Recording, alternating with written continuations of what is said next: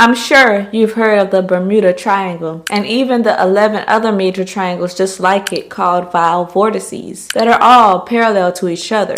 But there are some lesser known triangles just as vile as their superiors. And speaking of superior, the Triangle of Lake Michigan is said to have taken down more people than Bermuda's Triangle. That is, on record, of course. This triangle spans from Manitowoc, Wisconsin to Ludington, Michigan, and south to Benton Harbor. This lake certainly has some very strange things going on. Just to name a few, one of the largest trading ships of the 17th century, the Griffin, was searching for a northwest passage to China and Japan during this age of exploration. And everything was fine, that is, until they went into the Michigan Triangle. The ship and its crew completely vanished without a trace, even until this day. In 1883, Mary McLand and crew went out on a wooden tugboat in Lake Michigan's Triangle and came back telling of a cloudless sky with huge blocks of ice falling from it, basically attacking the boat for 30 minutes straight. Luckily, they made it back alive in their heavily dented tugboat and even saved a block of ice just to show this was not some made-up story. What's up my alley is how Lake Michigan is home to America's Stonehenge. Y'all know how I feel about these stone structures and their link to the Anunnaki and the land before time. So I can bet all this strange vortex stuff can be attributed to this structure, this sigil, back to a time when Lake Michigan was not a lake. And these sigil-like structures are often representative of maps of certain star systems and align with them. Not only that, but this Lake Michigan Stonehenge was predicted to be about 10,000 plus years old, which places it to existence around the time of the last ice age, when Noah's flood really took place, which was 10 to 12,000 years ago. In 1919, a lot of people actually saw strange bright lights in the skies above Michigan Triangle's parameters, with witnesses attesting to seeing two large balls of fire fall into Lake Michigan, causing an explosion so powerful that it made the earth tremble and shake. While the New York Times reported it as being a huge meteor, many claimed it was paranormal. And later, many locals actually reported UFO sightings occurring in the exact same area where the two large balls of fire landed in the lake, which I definitely don't doubt because the airspace above this triangle isn't safe either. The Northwest Orient Airlines Flight 2501 had 55 passengers and 3 crew members who were flying from New York to Minneapolis in 1950. Now apparently the aircraft started experiencing some extreme unexpected turbulence and the captain radar requested to descend from an altitude of 2,500 from his already altitude of 3,500. The request could not be granted and the flight never reached its destination, and the only findings of it ever existing were a few body fragments and pieces of debris. Those are just a few of many incidents that occurred on record in Lake Michigan's Triangle. But one of the most interesting stories I've found is the disappearance of Stephen Kubacki in 1978. 23-year-old Stephen was a student at Hope College. It was a very small and private Christian university that neared the southeastern shores of Lake Michigan, and his studies included German linguistics and history. Kubacki was noted as being a little more free-spirited than the average student at the conservative Hope School, which explained why he lived off campus. Noted as being a big Dungeons and Dragons guy by peers, Kubacki was known to be an outdoors enthusiast who'd already climbed mountains while studying abroad in Europe. Steve decided to embark on a solo skiing trip around the Lake Michigan area and planned to be gone only about a day or two. Nothing out of the usual, as he'd already been cross-country skiing in the same area bordering Lake Michigan previously. Well, he was reported missing by his worried family a day after he was due to return from the trip.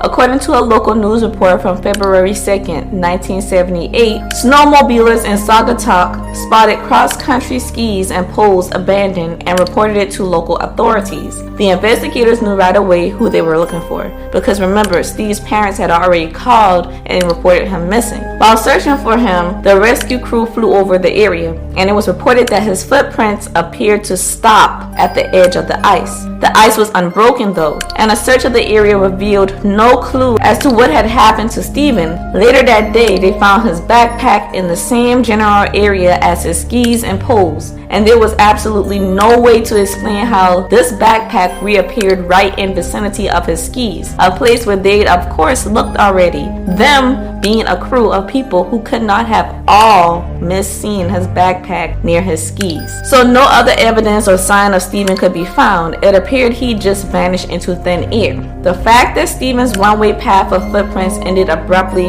led investigators to conclude, in absence of any other clues, that Kubacki drowned somewhere under a thick layer of unbroken ice, and the search was ended. Well, on May 5th, 1979, 15 months later, Stephen walked up to his father's door, and he rang the bell and was surprised to discover that he had been missing. Stephen told his father that he didn't remember much. He also told his father that he had woken up in Pittsfield, 40 miles from his father's house, lying in a meadow wearing clothes that weren't his, and had a backpack filled with maps and hitchhiking signs suggesting he had traveled widely to places like Sacramento, San Francisco, Reno, Chicago, Utah, and the likes. He also had $40 in cash, new glasses, sneakers, and a t-shirt from a marathon in Wisconsin. Where he woke up was 700 miles from Lake Michigan. You can draw a near perfectly straight line between them on a map from where Stephen went missing and where he reappeared on this Saturday night. During an interview conducted during the week he reappeared, he told reporters, "I feel like I've done a lot of running." His memory right up until his disappearance remained intact, and he said the last thing he remembered was feeling cold and scared of being lost in the frozen darkness. Reporters asked him repeatedly if he would talk to a psychiatrist for therapy. He said he didn't need to because he didn't have any psychological problems and nothing to say about the time he was missing. However, Kubacki did tell a reporter that he believed his blackout was caused by exhaustion and exposure, and said he would see a medical doctor for a physical, but he would not be seeing a psychiatrist. Kubacki insisted that he was in a healthy frame of mind when he set off for his skiing trip, even stating, "My father was going to sign over the house to me. I had 3 courses at school and no trouble. I left a romance in Germany. There was no trouble with girls. I had a job lined up with the Holland Sentinel newspaper." When speaking of his life prior to going missing, Kubacki had been awarded a bachelor's degree in absentia from Hope College the year before, when he had been feared but never declared dead. Apparently,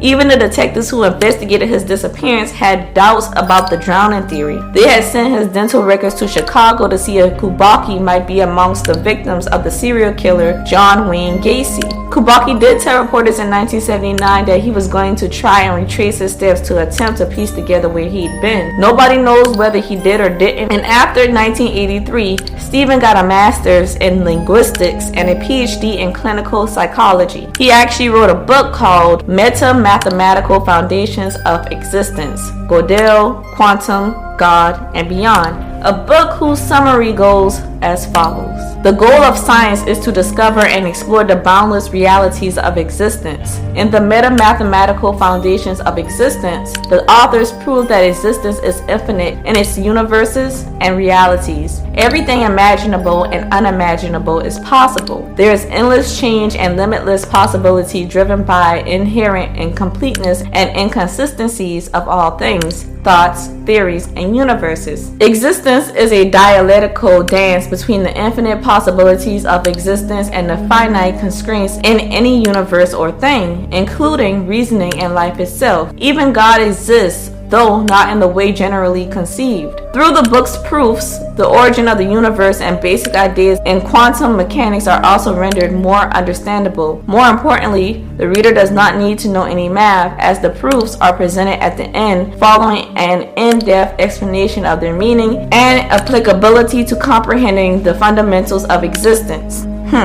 This thought process is definitely linked to whatever occurred during his disappearance. For decades, he has refused to speak about his disappearance with reporters. His parents, who reportedly spent thousands of dollars on a private investigator after he went missing because they refused to believe that their son had died, they have since passed away. Today, Kubacki remains alive and well in the Pacific Northwest, working as a psychologist. So, what do you guys think about Stephen Kubacki's disappearance and reappearance? Do you think it was a case of of a body snatcher, an alien abduction, both, or something else? Let me know down below in the comments.